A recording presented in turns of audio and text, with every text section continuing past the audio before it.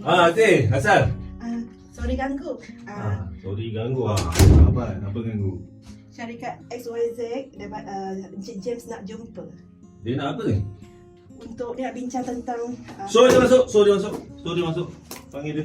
Saya SKU pun tak siap lagi ni. Dah nak datang macam-macam orang nak datang.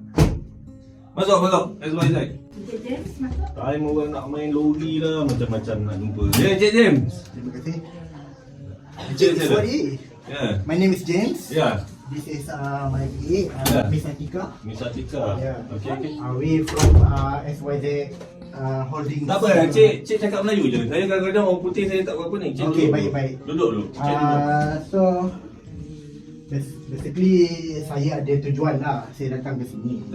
Okay, berkenaan tentang tender. Tapi sebelum tu saya tunjuk dulu kad saya. This is my company card. Okay, baik. Timbul Tenggelam Express. Yeah. Cik buat menjaga apa? Okay, saya Maksud memang dalam bidang pembinaan lah. Okay. Okay, sebenarnya macam ni, saya datang ni bertujuan untuk tanya sikit tentang yang tender yang baru dibuka ni, berkaitan tender parking di tempat ni lah. Tak silap saya. Tender parking. Ya. Kalau maklumat Cik Jam, tender parking tu baru semalam saya dah luluskan satu syarikat dah untuk buat benda tu. Kita dah ada dah. Tadi tutupnya semalam ke? Besok kan? Jadi mungkin kita punya kerani tak tengok apa lah. Okey, tak apa. Maksudnya encik dah award lah dekat sekarang. Saya dah ada orang lah yang saya rantik yang untuk benda tu. Jadi Okey. cik dah lambat sikit lah. Mungkin lain kali kita boleh bekerjasama lagi. Okey, tak, sebenarnya macam ni. Tujuan tu sudah saya datang ni sebenarnya. Okey lah. Ikutkan encik macam dah award kan. Tu, cuma saya nak tunjuk dululah proposal apa yang saya boleh buat sekiranya projek tu berjalan.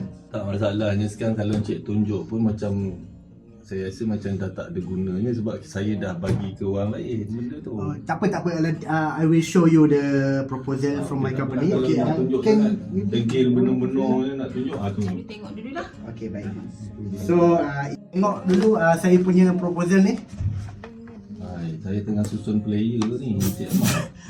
Encik tengok dulu. Okey. Okey, baik. Baik. Ini yang saya dah siapkan.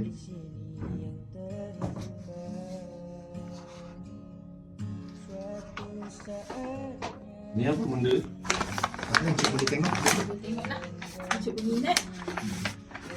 Ni apa duit banyak-banyak? Ini macam kita bagi saja. Awak ingat saya macam mana? Awak pun tahu saya setiap Jumaat pergi surau Luqman Hakim untuk baca Yasin. Ni awak nak bagi saya benda-benda macam ni. Ni apa benda semua ni? Macam ni Cik Wadi, sabar.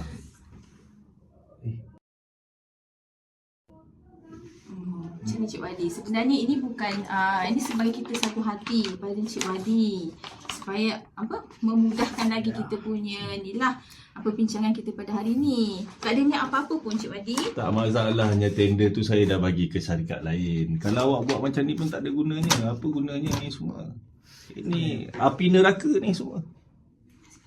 Hukuman bagi kesalahan rasuah adalah dipenjarakan selama tempoh tidak melebihi 20 tahun dan didenda tidak kurang dari 5 kali ganda nilai suapan atau RM10,000 mengikut mana-mana yang lebih tinggi.